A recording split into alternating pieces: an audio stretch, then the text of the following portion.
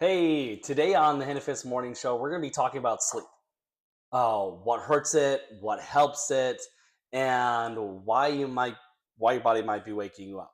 So, and yesterday, actually, before I get into it, I got to do the normal stuff. So, uh, just for your information, nothing in this show is intended to diagnose, treat, prescribe, or otherwise.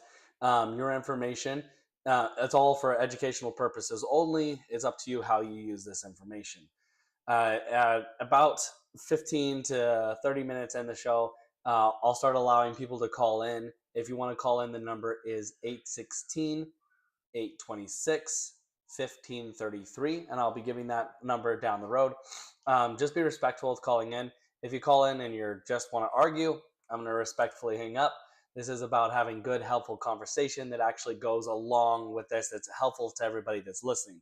So today, in talking about sleep, we will stick mostly to that subject. So if you call in, I prefer ask questions along that line. Oh, but if you just have a question, you just really want to ask, okay, call in, but we might have to answer it on another show. I might answer it real quickly. Just a little bit about me. You may have seen previously. I grew up with eight siblings. Eight siblings. No, I grew up with eight sisters and two brothers. And my dad started working with clients in 1980. And through his years of working with clients, he became a master at helping people. And by age 12, and I'm number 8 of 11, by age 12, I was watching my dad's clients come in a wheelchair and being able to walk out. And they would often say that he saved my life. And that's what I wanted to do. By age 12, I knew that's what I wanted to do. And that's been my main course of study for the past over 20 years. I've ran 5 clinics when I was in New Mexico. I shut them all down to get into sales, and I ended up in Utah. And when I was in Utah, I restarted seeing clients with having nobody know me, just starting from scratch. And within a year, just by getting people better, I was seeing 140 clients a month. So I know what I'm doing, and I just need to share this. There's so many different things that I've worked with clients that have helped, that have been awesome, and helping them to get better. And I need to share this information. Just so much boiling in my head. I need to share. We're going to talk about sleep today and some amazing things that have helped. So if you watched the podcast yesterday, we talked about, I shared the beginning of a story that my little boy was waking up just screaming at night and just having such a hard time. And I had such a hard time calming him down. And finally, I'd get him calmed down. Actually, no, couldn't get him calmed down. And so I was like, okay, I remember when my dad used to tell us to use iodine and put it in orange juice. So I put 5 drops of iodine in about a tablespoon of orange juice, and I put it in a syringe. At first, he fought me on it. Once he tasted it, he was like, oh, this isn't too bad. And he drank it right down. And he was asleep within just a couple minutes after 2 hours of being awake. And then the next night, he wakes up like that, and I did it again. And it only took a couple nights, and then he's sleeping through the night. And I've had many different clients. Actually, one of my clients started to come and see me because she asked me what to do for her kid not sleeping at night. I told her to do that. And she's like, well, if that works well enough, I'll go see him. So that's just the beginnings of sleep things. There's that helps with like night terrors and things like that, or that I've seen when kids appear to be having night terrors. I wake up screaming, having terrible nightmares. You can't even wake them up out of it hardly. It worked really well for my nephew. It works in a lot of different ways. So sleep. There's so many different variations of why we're not sleeping, right? Some people just lay in bed and try to fall asleep, and they just can't get their mind to shut down. My brother would say that he would, somebody told him to just imagine a white surface. And he's like, I'd imagine that white surface. And then drawings would start to happen on this white surface. And then he'd just go into this whole tangent of what he's thinking about, what's going on. He had a lot of sleep issues. And then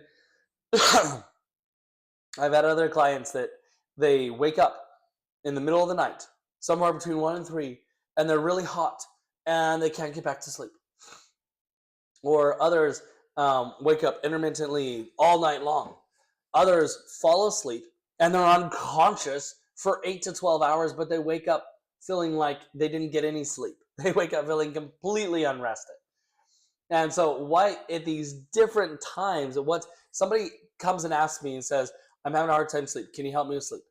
And I'm like, okay, why are you not sleeping? What is happening? And once we know kind of what's happening, we have a better idea of what we would need to do for these sleep things. What would we do to actually help with these different types of sleep issues or different timing of sleep? And so we're going to talk about a few of those. And then also there's a really awesome book that's made a huge difference for me with sleep. It's called Sleep Smarter. And it's one of the best books I have read on just general health. It is an awesome book, well worth reading. It's called Sleep Smarter. So if anyone's on, you're welcome actually at any point to start calling. The number is 816 826 1533 if you want to call in at any point. So this is only my second show, so I don't imagine that there's going to be a lot of people that call in yet, but I just need to get out there and get this information out. I just got to get it out of my head. So different sleep issues. Individuals that don't fall asleep very well. That's generally they're stressing about the day and what's going on and how they take care of it. My brother, for instance, he always had issues sleeping, and he had come to me and said, "Hey, I want you to make me." These are his words. And this is not exactly what I made, but I made him something that would help him along the lines he was trying to accomplish. He's like, I want you to make me a natural steroid. And I'm like, okay, well, let me. He's like, I just want something that just helps me build testosterone, helps me build muscle and things like that. And I'm like, all right, let me see what we can do. And as I started to work with it, I didn't make him a natural steroid. Well, what I made was something that actually helps to support all the glands that help to create energy and help to support the prostate to be able to create healthy testosterone. So in that process, I learned about a lot of different herbs. I learned more about horny goat weed. Horny goat weed, yeah.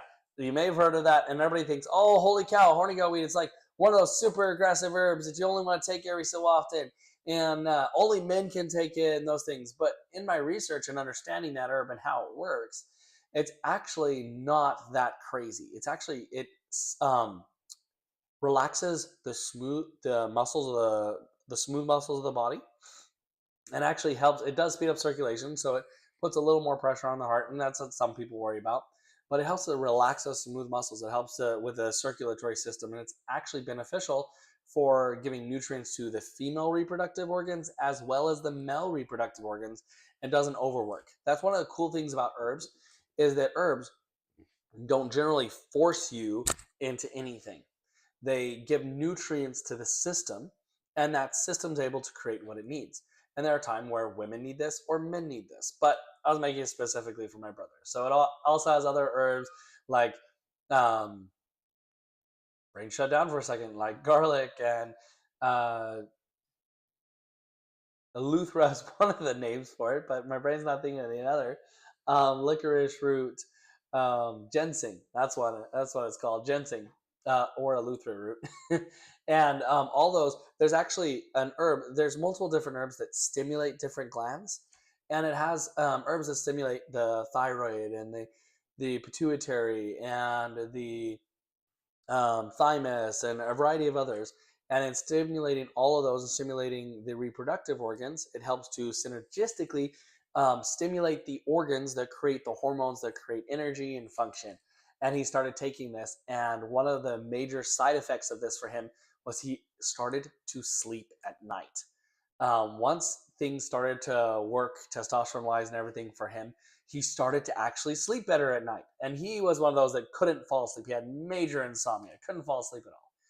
And then after using it with him, I've used it with other clients. I had this one client that he called in and he worked with me, and he had a major issue with being able to get an erection or to be able to build muscle and stuff like that. I know this is kind of a random subject on sleep, but it actually made a difference for him to sleep as well. But within a short period of time, he was able to operate normally. And the thing is, we aren't curing those things. What we're doing is we're just giving nutrients to those systems. And if that system, all it needed was nutrients, it's able to function. If it needed something else, that's not necessarily going to do anything.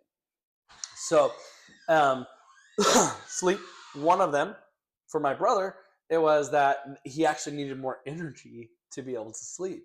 He needed more specific hormone balance and needed those glands needed to be stimulated to be able to perform a good sleep cycle. And if you read the book that I'm recommending, the Sleep Smarter book, you could go in there and see that he talks about how the awake cycle is important for the sleep cycle and they lead into each other. So most likely this helped make him have a better awake cycle. And he also talks about how lifting heavy weights helps with that hormonal shift to be able to sleep. And so it wasn't just the fact that the hormones leveled out, but also was most likely his activity and being able to do more and wanting to do more and being able to lift heavy things. And that actually helped with the hormonal cycle to probably help to sleep. Super awesome, right? Now, sleep, sometimes it's not like that. Maybe it's for a woman and maybe it still has to do with those hormones, but I've seen that make a difference. And he started about 6 of those a day and then went down to 3 once things started to settle out. But for others, it's just the nervous system, and it just like you can't fall asleep. And sometimes if it's just a general, I don't know what it is, I don't know nothing about you, and I just know that your first part of the night you're having a hard time falling asleep. What I found that works the best is we use an herbal formula that is called, and any of these herbal formulas you can find on Henophess.com. So the first one is actually called Muscle Boost. This one that my brother would use, no, sorry, not my brother. I have several clients say, if it's just, I don't know what we do in the evening, you got to calm down the nervous system. Now, the traditional thing for this that people would usually do is just like drink some chamomile tea or chamomile and lavender or some of those calming herbs. Using valerian is very common and that kind of stuff. And individual herbs, I found they work for a short period of time and then not as much because there's certain nutrient levels of what your body needs.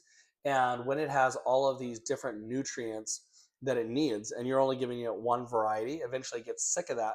But when it has the complex of what it needs, it works more long term. And with this one, the formula that we generally use is actually called our pain ease. So it helps with pain, but it helps, what it does is it helps in the brain. It helps the brain to, one of the herbs is called wood betony, and it helps the blood vessels in the brain to relax and open up. And it just helps with the nervous system in the brain and helps the brain to create what's called analgesics, which is the natural painkillers throughout our body, or what manages the pain naturally through our body. And most of my clients find if they use 3 of them in the evening when they're not falling asleep, it helps them to actually be able to get to sleep. It doesn't make you sleepy. It doesn't make you tired. It just helps your nervous system to be able to calm down and be able to rest. And other times it's like your nervous system just like hyped up and it just won't calm down. And sometimes that's because you're not drinking enough water. So if your sleep at night could be highly affected by how much water you drink. If you do not drink, you should be at least drinking 40% of your body weight in ounces, bare minimum. And that is, if you chug it all at once, it's not going to do the same thing. For your body can only handle about half your body weight in ounces divided by 20 at once. So 200 pounds divided by 20 is 5. And so my body can handle 5 ounces at a time. And it takes about 30 minutes before it can handle another 5 ounces. And so in order to get this absorption good, my body can only handle about 5 ounces every 30 minutes. And if I drank it every 30 minutes for 10 hours a day, that'd fill it up. But basically the thing is spread it out as good as you can and get the full volume. For me, maintenance would be only 80 ounces. So if I drank that every 30 minutes, that'd be 4 ounces every 30 minutes for 10 hours a day. But I don't always do that. You just spread it out the best you can and get the full volume. Volume is more important than spreading it out. But second to that is actually getting the actual spread it out the best you can. Okay. So water, the reason why it affects it is because when we don't drink enough water, things start to build up, especially what we call electrolytic salts. So salts that conduct electricity. Even cholesterol, when it comes out in your urine, conducts electricity. Every mineral there is, well, except for three, come out and they conduct electricity. Proteins, when your body gets rid of them, it turns into a substance that conducts electricity when it comes out. And actually, all of those have to do with your nervous system. And I'll see sometimes when people aren't drinking enough water, that their salts, the how much their urine conducts electricity, is 5 times higher than what it should be, which means that everything's going to feel 5 times more intense. It's going to be 5 times harder when you lay down to get your brain to shut down and calm down enough to be able to sleep. So sometimes it's just you're not getting enough water. If you're not able to actually fall asleep, getting enough water to make it so your body's actually managing all of that extra electrolytic salts instead of having to hang around and conducting extra electricity and making it so all these nerve signals get sent so much stronger and so much harder.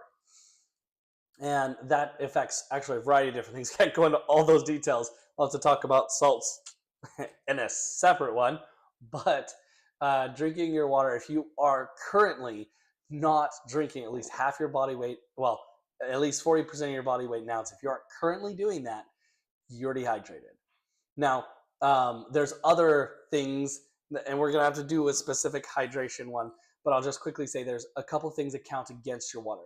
Green tea, black tea, white tea, coffee, alcohol, and soda all count against your water by 5 times. So if you drink any of those, if you drink 1 ounce of any of those, you have to drink 5 ounces of water to have got no water for the day, because it takes that much water to actually it takes that much water to be used.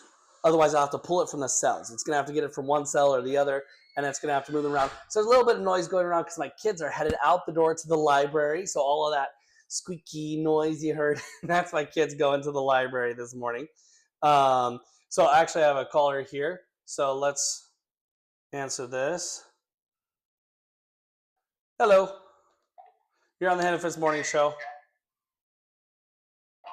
I've got a question about a sleep protocol that I've been using. Hold on 1 second. Actually, I think your mic isn't on. 1 second. Okay, I'm gonna put that back on. And you said you have a question about a sleep protocol you've been using. Go ahead. Okay, so my chiropractor recommended I'm not sure if it's an amino acid, but it's something called Phenibut. And I found that it makes me pretty sleepy, as does my wife. And then if I take 1 Phenibut and 5 milligrams of melatonin, it knocks me out, and I can get a solid 9 or 10 hours of sleep. Is that a good regimen to use, or are there any problems with using those 2 compounds? So you said what was the first one? Phenibut? Phenibut. It's Phenibut. I think it's an amino acid, but I'm not entirely sure. It's not an amino acid that I'm as familiar with. There's that one I'm not familiar with, the Phenibut. The melatonin and other things like that. The thing is that using things like that are not bad. They work. Obviously, you're better off to sleep than you are to not sleep, and whatever it takes. Even sometimes it's just like you've got to get the sleep rhythm working, and even if you have to take a medication to make it happen, that's what has to happen, and then we need to get sleep actually working. But the goal is to get your body naturally sleeping without needing anything. And when you use any amino acids or hormones, you're doing for your body what it should be able to do for itself. If you need extra amino acids, your body needs to be given the nutrients to actually create those amino acids to create this natural sleep cycle that should happen naturally and healthy. So those are good and they work. So awesome. You got a regimen that works, but finding some way to actually introduce some things that make it so long-term you just sleep because you have good habits and that your body's doing what it's supposed to naturally do versus needing to take something to make it sleep. Does that make sense? Yeah, that makes sense. So there's a book that I've mentioned on here, like Sleep Smarter. It's actually a really awesome, it talks about several different principles that are important, and a few of them I'll mention for you. So first thing in the morning, it recommends you get some first sunlight in the morning, and then sometime throughout the day, you want to lift heavy weights if at all possible, just because that what happens hormonally is very beneficial for that. having a good awake cycle. So if you're having issues with energy throughout the day, helping to actually manage that. And actually, let me back up for a second. Your sleep, do you have an issue generally falling asleep or staying asleep? What is generally your issue when you do have an issue with sleep? Most typically it'll be the waking up at 2 or 3 a.m. and not going back to sleep. Okay. So when you're waking at 2 to 3 a.m., or do you also have like a midday slump, like between 1 and 3 in the middle of the day, energy wise? Sometimes, not necessarily, but that can definitely happen around 3 p.m. Okay, so sometimes. Do you commonly get headaches in the front of your head? No, I Okay. almost never get headaches. Okay. So the thing is that between 1 and 3 in the middle of the night and between 1 and 3 in the middle of the day are the times where you're most likely to have issues with sugars. So your sugars can dip out weird. And if you manage actually the way that that balances throughout the day, it's going to make it so you'll actually won't wake up at that time. Because generally, what happens that you'd wake up between 1 and 3 is that your sleep hormones are temperature dependent. And in order for you to sleep, you have to drop by about half a degree to even be able to create the hormones that you need to sleep. And then as you're sleeping, everything's going to be kind of coming down. Okay. Your sugar should be dropping and your temperature should be staying low. But if you hit a point, and that generally happens between 1 and 3, that your body needs to now metabolize more sugars, it's going to create heat in that process. If it has to pull sugars out of the cells and take them over to the liver to create these sugars, it's going to create extra heat in that process. And that's going to warm you up above your sleep temperature. And that's going to make it harder for your body to actually sleep the rest of the night, just because those hormones are now not being produced the same way. But if like you took some hormones or other things like that, sometimes it shifts it so you sleep through that period of time. But the issue mostly is that your body is more volatile with sugars, which can mess with overall the way your energy is, or just like maybe if as how clearly you think, or other things like that, or even getting more sore during exercise could happen when these sugars are imbalanced. That makes sense. Let's say someone does wake up at 2 or 3 a.m., can't get back to sleep. Is there anything they can do in the moment so that their entire next day doesn't get ruined? In the moment, it's a little bit harder, but sometimes it's generally what you have to do the night before, and most times just a little bit of prune juice before you go to bed makes a difference. If that doesn't make a difference, like taking 4 ounces of prune juice and 4 ounces of water is a slow, sustained sugar that helps with that. But as a long term take care of it, one of the best things to do is actually get a continuous glucose monitor and put it on and find out how erratic everything is, and then start to do the right things to actually stabilize it. Okay. So eating sugar in the middle of the night isn't going to help. Well, by the time you've woke up, you've already have sugars, and so sometimes some people eating helps or whatever, but most times by the time you woke up, everything has already spiked because the heat was created from creating those sugars, and those sugars are already popped up, and so generally you're already towards the high side once you wake up. So I mean, drinking some water, sometimes it helps somebody to eat something, but most times once that's happened, it's your body just needs to cool back down. So sometimes just some people just get out from underneath the covers and they cool down fast enough. And so it's just a matter of actually temperature wise more than anything else. So doing something to cool down. If your mind, sometimes it like kicks your mind off and you're thinking a whole bunch. And so in the moment, there's not as much that you can actually do. It's a lot easier to actually proceed that than it is to deal with it. Okay. Yeah, that makes sense. Awesome.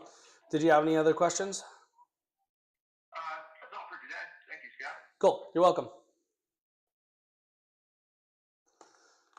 Okay, so we kind of jumped into a couple different subjects there because we got into, for him, it's like middle of the night. And so we talked about those sugars and stuff like that. We were starting with the first part of the night. We talked about actually being able to fall asleep. Another thing that I guess we'll continue with this with the sugars and stuff. I mentioned that using a continuous glucose monitor. When you use a continuous glucose monitor, you get to see all those spikes and dips. That's not looking to see if there's anything that doctors would diagnose as their sugar problems. We're looking for how erratic it is. the more erratic it is throughout the day, the more likelihood you're not going to sleep. And you'll also see how erratic it is overnight. And there are many different things you can do to actually stabilize that. We'll have to do a video specifically about sugars and balancing those. But sometimes the easiest thing to do is just drink 4 ounces of prune juice right before you go to bed and 4 ounces of water. And most times that prevents that dip and you're able to sleep. But as I told him, we want to get to the point that it happens naturally and normally and you don't have to take anything for it. If you constantly have to take things for sleep, you're gonna struggle. I mean, your body's not really sleeping because it can, it's sleeping because it's made to, because it's given that. We want to be able to have your body actually do it on its own. Another thing, so that sugars affect it. One of the other things that really affects sleep is actually caffeine. Now, some people are thinking out there, oh, no, Scott, I can drink caffeine right before I go to bed and I sleep all night long. I sleep 8 to 12 hours. Yeah, there's people like that. But the reality is, even if you're unconscious, there's a difference between sleeping and being unconscious. Because sometimes we're unconscious for 8 to 12 hours, but we didn't actually go through the sleep cycles. Our sleep cycles are a 90-minute segment, okay?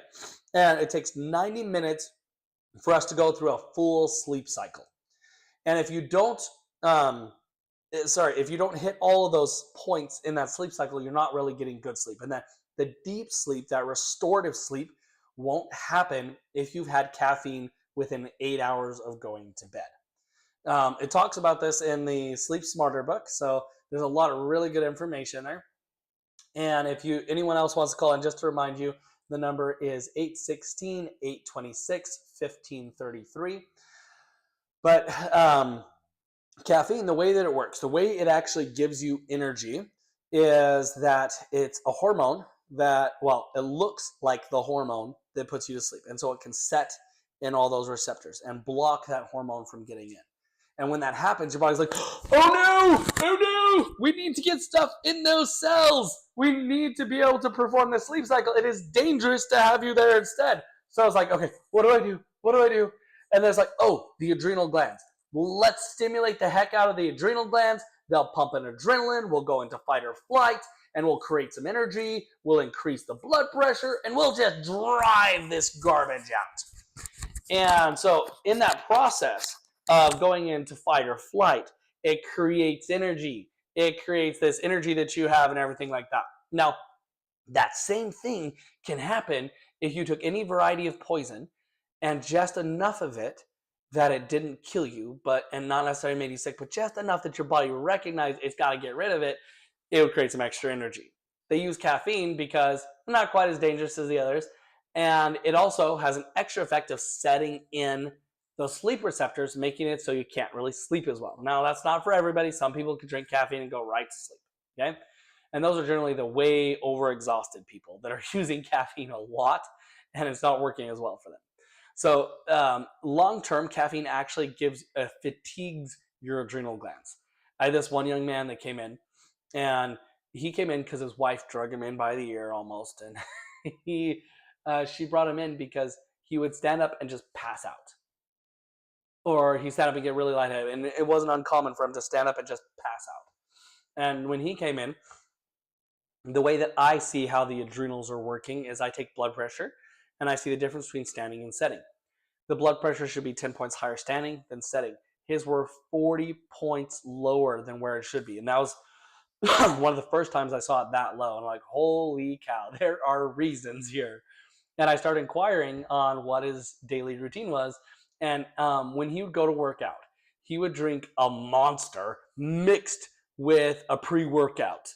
And he still didn't get any energy from it because it was so fatigued. So we had to get completely off of any variety of caffeine. We had to give nutrients to his glandular system, give nutrients to his thyroid and adrenals and stuff. And when we started to give nutrients to that and got him off of all that, he stopped passing out. And his blood pressure started to stabilize. And he actually had normal energy and didn't need extra garbage to help him with his energy. So sometimes because of our lack of energy throughout the day, we're using stuff that makes it so at night, it's harder for us actually to sleep. Now, sleep is super, super important. Do you realize that doctors, people that do swing shifts, all of those individuals that don't have normal, good sleep cycles, that don't sleep well, on your cells, there's these little tells called telomeres. And these little tells, scientists can measure them and see how old you actually are. And they actually reduce faster by like 10% or something like that, or 20%. They'd reduce faster in individuals that don't get good sleep. Now, just because you're unconscious does not mean you got good sleep. If you do not wake up feeling rested and ready to go, you did not get good sleep. And if you aren't getting into those restorative sleep cycles, like I talked about, that are 90-minute segments, if you don't get in those restorative sleep cycles, your telomeres are reducing. And when they're gone, you're dead. You're just not functioning anymore. Okay? So those individuals, on average, actually live less than the average people because they largely, because they don't sleep well. But if you don't sleep well, then it's harder to maintain weight. Everything cascades out and doesn't function well if you don't sleep. So as I mentioned with the caller, that you're better off to sleep than to not sleep, even if you have to take medication or whatever it is. Okay? But you want to get to the point that your body naturally sleeps on its own without this extra help, that it's not just unconscious, because you're better off being unconscious for 8 to 12 hours than you are not getting any sleep. And that's partially because the you see, I might need more time to talk about this. There's just so many things coming to the front of my head about what's going on. But the importance of sleep, it's so important because we, in our brain, we have what's called a glymphatic system versus our lymphatic system. And it's responsible for cleaning everything up. Have you ever noticed that when you have a hard subject you're thinking about or working with, and you can't get there, can't like think about it, maybe you're staying up really late to study or whatever, and then you go to bed and you sleep, and then the next day you wake up and I realized that I didn't fix this thing behind me. Hold on one second. The whole time it's been backwards. When I do videos actually working with my clients, that's the way it's supposed to be, but it was backwards this whole time. Dang it. Okay, well, so when you can't think clearly at night and you wake up in the morning like, oh, that's it. It's because your brain got clean. So your glymphatic system, for every hour you sleep, it is 10 times more active during sleep than it is in any other time. So the cleaning you get throughout the day, it would take 10 hours of daytime cleaning to get the same cleaning you get while you're sleeping. So sleeping is super, super duper, super duper, duper, duper, super important for the way that your brain functions and how you actually think clearly and function and operate. But that's where your body heals and repairs and everything gets fixed during that time. So protecting your sleep and making sure you're not just being unconscious, but actually getting good rest for 8 to 12 hours.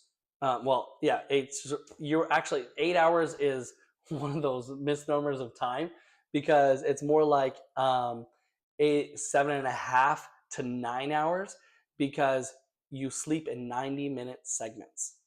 Sleep for 90 minutes. So you go through the cycle.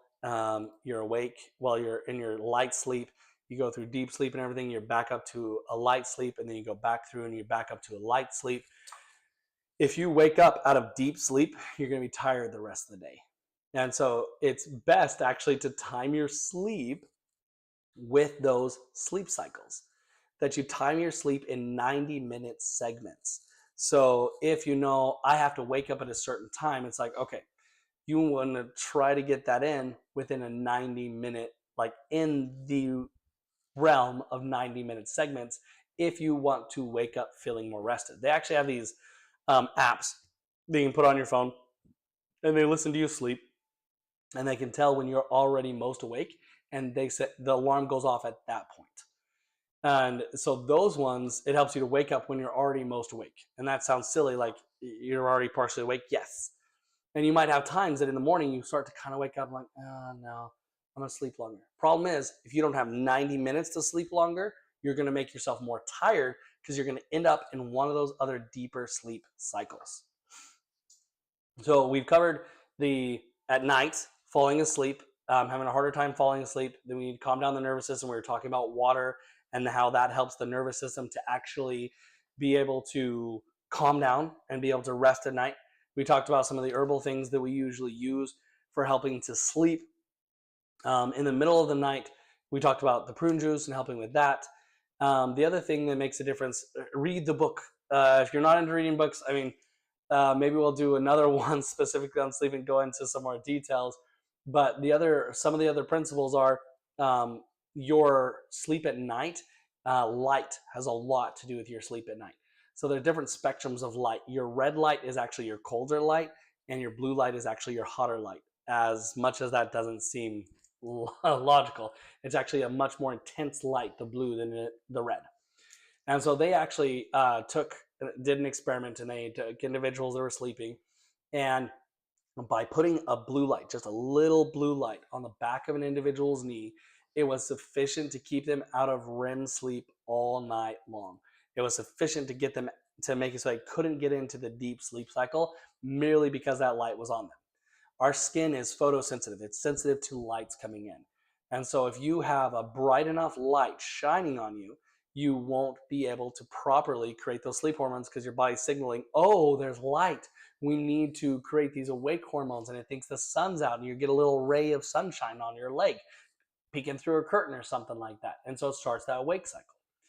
Also, it takes 30 minutes after that light is off, whether you've seen it in your eyes or had it on your skin, it takes 30 minutes before your body's ready to create those sleep hormones. And so someone that has a hard time going to sleep and they lay there with their phone, constantly looking at their phone, that blue light from the phone, unless you do something, there are things that you can change the color or change the intensity so it's a little bit better. But that blue light is actually intense enough to make it harder for you actually to create those sleep hormones to fall asleep. So you just get so over fatigued, even though the hormones aren't there, and then you try to fall asleep, and then you might still toss and turn for 30 minutes before you fall asleep. And if there's lights on in your room, you're gonna mess with the way you sleep. If the TV is on in your room, you're gonna mess with the way you sleep.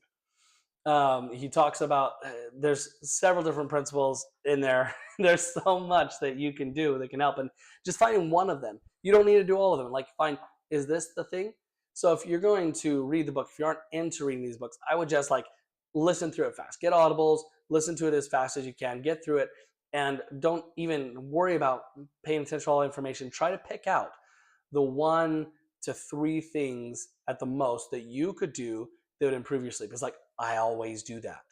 I always am watching TV right before bed and looking at my screen and other things like that. Or I'm always drinking caffeine within 8 hours of going to bed. Or I never actually get up and see the morning sunlight. I never really lift any heavy weights. Or so many different things that you could possibly be doing. Some people, it keeps them in light sleep all night merely to have their phone right beside them when they sleep, because you're consciously listening to see if the phone if the phone goes off. So it actually prevents you from getting into some of those deeper sleep cycles merely because you're aware of the phone. And just like when people have babies and things like that, they can hear them. And like my wife and I, when I was in charge of getting up and taking care of one of the kids because she was taking care of the other kid, I would hear them immediately when they started making noise. But as soon as it wasn't my job, I could sleep clear through and not hear them. That's not the way it is for everybody. But when you're conscious of something, and if the phone dinged or something like that, you'd wake up. If it can make people, if your phone does wake you up like that, it's because you're keeping yourself in a lighter form of sleep to be able to hear it. So there's all of these little things. So if you read the book, pick out a couple different things. Pick out a couple different things you could do. Don't worry about all of the principles. Don't worry about everything. You might even be able to simply go on ChatGPT and just say, hey, the book Sleep Smarter, are you familiar with this? What are the principles that it teaches about sleep? Give me a list of them. And you can pick out a couple of those. It may not be 100% accurate. It's not going to be as good as reading the book, but it could be at least a starting point. Because if you could change some habits that help you to sleep better, why not? Because switching habits and fixing those sorts of things are helpful. Now, there's times when we're restless. A big thing that people talk about for sleep is magnesium. Magnesium. Magnesium is so popular these days. It is more used out of popularity than it is anything else. I more often have to take clients off of magnesium than I have to put them on it. Most often, they actually need potassium versus magnesium. Potassium can help with most of the same things that magnesium can, but we have a greater need of potassium than we do magnesium. Even if you look at the daily values on them, magnesium's like 400, potassium's like 4,000. Yeah, we get in our food and other things like that, but there's things that can interrupt our ability to actually utilize potassium. If we get too much magnesium, that actually messes with our ability to use potassium, because magnesium will take our nitrogen in our body and turn it to ammonia. If we don't have enough nitrogen in our body, it actually makes it harder for us to separate out potassium and actually utilize that potassium. So there's more things that make it hard to use potassium, even though it's very common for there to be enough in your food, but it's also very common for things to be knocked out to the point you can't use it. And if you take enough magnesium, it actually prevents you from being able to use the potassium. That's a whole another subject. Man, we keep getting all these tangents. There's so much to talk about. As you can see, I will be talking about a whole bunch of things, but magnesium. Um, when I was younger, so magnesium isn't always what we need to use. And reminds me of this story. When I was younger, my cousin and I loved using our BB guns. We loved just shooting anything we could find. Our favorite thing to shoot was light bulbs. I don't know if you've ever shot a light bulb with a BB gun, but it is so satisfying. When you shoot a light bulb, poof, it just explodes, just like obliterates. It's awesome. But when you shoot just regular glass, we had this glass jar that we're setting up there, and that's not as satisfying. Like dink, and like dink, and puts a hole through it, and dink, dink, dink. We had to shoot it like 50 or 100 times. We had to shoot it so many different times, and it just like a piece falls off here, and finally it all falls apart. And I go up there to check on it to put up a new one, and it's on this barrel that's about as tall as we are. It's probably about 5 foot tall. We were little at that time. Had some railroad ties stacked up against it to go up on top, and on the other side there was a car. A car that's been sitting there for a while. We didn't use it, luckily. And when I go up there to change out the bottle, the window had been blown out. The window had busted. And so my cousin, he takes off home, and I'm not going to deal with that. And I go tell my mom that happened. We dealt with it. But too often, we do things that it's not, there's effects. Like, I hate saying there's just side effects to herbs, because there's what it does, or to minerals, they're what it does. Side effects come from drugs. There's not side effects to broccoli or side effects to natural things that we naturally consume and use. So as a mineral, it's not a side effect. One of the effects of magnesium is to reduce our nitrogen or our nitrate in our body and turn it to ammonia, which diminishes our ability to pick up potassium. So if we're using it for sleep, or we're using it for or making our bowels move or something like that, we may need to use something else. And I prefer to use something that doesn't have another effect that could overall mess with things. So I'd rather use potassium. And if that's not sufficient, I would use magnesium topically if it's like cramps in your legs.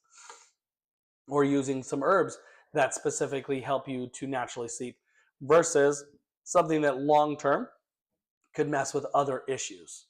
So a lot of people may not believe me on this. I've just seen it over and over. I had a lady for 30 years was taking more and more and more and more and more and more magnesium because they're massive cramps and everything like that. And when I saw it, I was like, holy cow, you really need to switch. She switched to potassium, and all of her cramps went away in a very short period of time, because she didn't need magnesium, she needed potassium. But the general solution for cramps, we don't even look at whether or not they need it. We just say magnesium. But not necessarily. Most times I found that it's more often potassium, and maybe that's just because everybody's taking a bunch of magnesium these days. So there's things that can affect your sleep at that, and it can help your sleep, but long term, it's actually going to mess up certain things that will end up harming your sleep, or at least your restful sleep, and being able to wake up feeling actually restored the next day. So getting just to recap, making sure that you have good energy throughout the day. If you're not having good energy throughout the day, affecting that can make sure you sleep better. Managing your stress throughout the day or taking things that will help with your stress throughout the day can make it so you sleep better. Um, the way your hormones line out. We talked about an herbal formula my brother used that helped his hormones to line out and helped him to actually work out and have more energy. And that helped with his daytime cycle, which helped with his sleep cycle. We talked about the sugars, which again, helping with your daytime sugars and those being stabilized, help with your sleep cycle. But simple things like drinking prune juice before you go to bed can make a difference with you being able to sleep through the night versus not. Prune juice is a slow, sustained sugar that doesn't just spike everything. Okay. So there's a lot of different possibilities, solutions, different things that you could possibly do for helping with sleep. We weren't able to get into all of the details. As you see, there's so many different things that affect the possibility of sleep, like water. We're going to need to talk about water. Actually, let's talk about water tomorrow. I'll talk about water and the importance of drinking water and also the different types of water. People tell you, oh, you should drink water, but generally aren't told how much, what kind. And there's a lot of hype out there right now about different varieties of water. There always has been different hypes that we go through. But what's the reality of what actually works and what's consistent works for the body and why I would use different things? And one of the main waters I use is distilled water. And the reason I mention that today versus waiting until tomorrow to mention that is because I know it's controversy. I know that there's a lot of questions about, well, it demineralizes us. It's just dead water. It has no mineral in it. And there's all of these things about, oh, we should be drinking spring water. We should be drinking hydrogenated water. We should be drinking all these different things. And yes, there's a lot of people that got good results from those. And that's because they were in a certain point that they could handle and that was actually beneficial for them. But in general, we should be able to use things that are naturally occurring that we could just continue with. Distilled water, same as rainwater. And I'll discuss why I would use distilled water and how other waters affect it and why I would use those different things. Proper hydration, how that affects your minerals and a variety of different things. So, water tomorrow. Sounds like a subject that should just be a couple minutes, but you'd be surprised the details and how impactful properly drinking water really is. Water is huge. And if we cover water in less than an hour, I'll go into some other things. But yeah, you guys, anyone can call in. I have enough time. Probably nobody out there to call right now, but if there is, the number is 816-826-1533. If you're quick about it, I have just enough time I could answer a question. But if not, I will see you guys all tomorrow. I'll be doing these videos every day until I run out of things to talk about. And then I'll be doing it once a week because then I have time to build up stuff to talk about. So we shall see how long that takes me. I think I can make it a month at least. But we'll see. I mean, a month, that's 20 days, weekdays of talking. So 20 hours of talking before I run out of different subjects. I've already had some. One of the comments from last week, individual was asking about talking about gluten.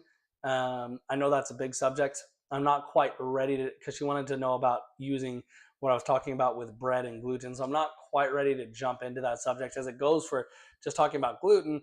I can do that, but some of the solutions, almost ready for that subject. So it'll be coming down the pipeline if you're interested in knowing more about gluten and how that, what you can do to actually get your body to operate and not have as much of an issue with gluten. Now I'm talking about gluten sensitivity, not the diseases involved with gluten. So there are most definitely things. I've seen many people get to the point they can handle gluten again. But what do you do in the meantime? How would you do that if you're avoiding gluten, and why would you want to? So we'll discuss that hopefully by the end of the week. But I just I want to make sure I'm ready for it before I get in and start talking about that too much.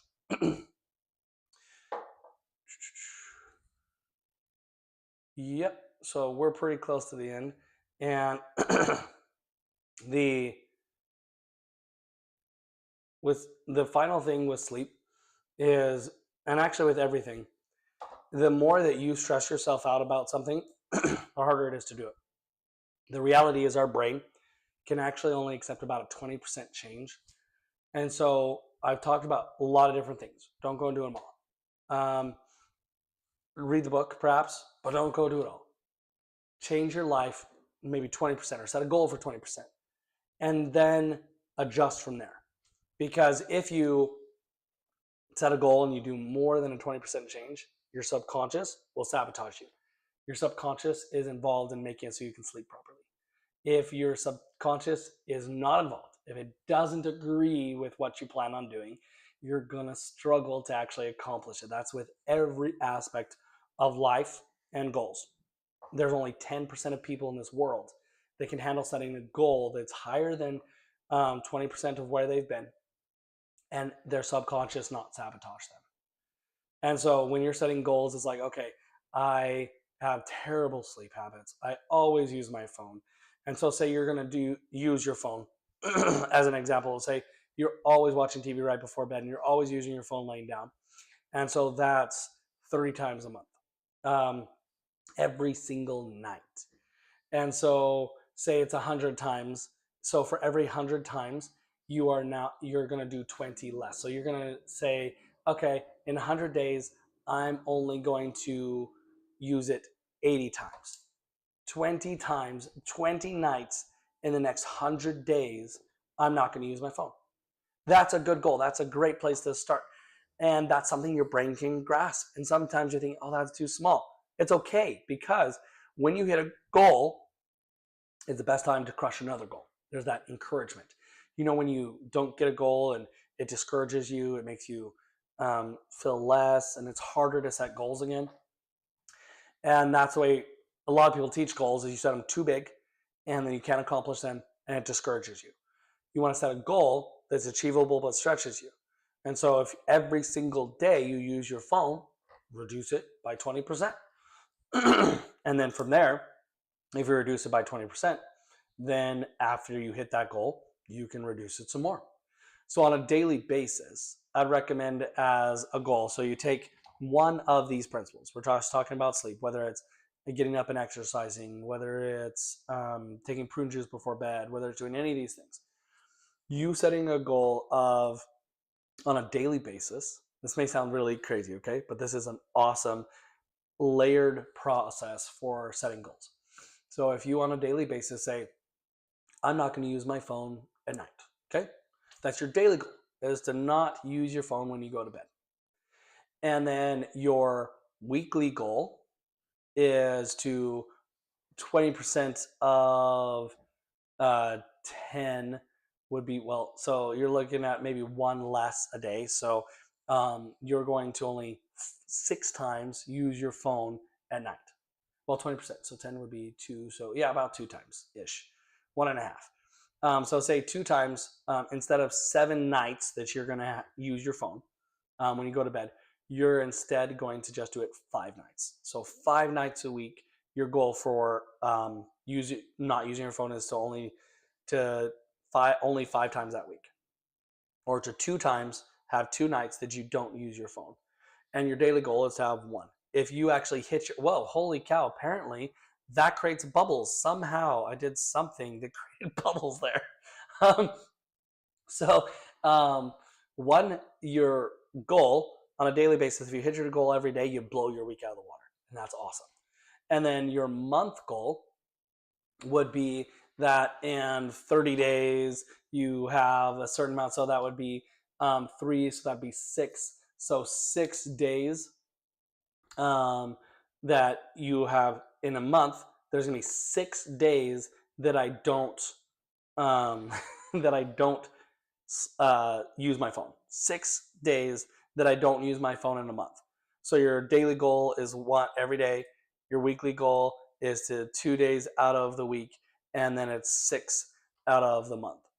And now that starts to layer and build up. Now, at first, it's actually, because you're just doing 20%, it's going to equal kind of the same thing, except for your day. Your day, you can do one day. that your brain can wrap around. Today, I'm not going to use the phone. And so that if you have that as a goal, you're probably going to blow your week, your month, and then after you get some track record, and after you like, oh yeah, I'm doing this every day, or I'm doing it this many times, then you can go from there and do an improvement of 20%. It's like, okay, I'm doing this good. Now I'm going to do 20% better.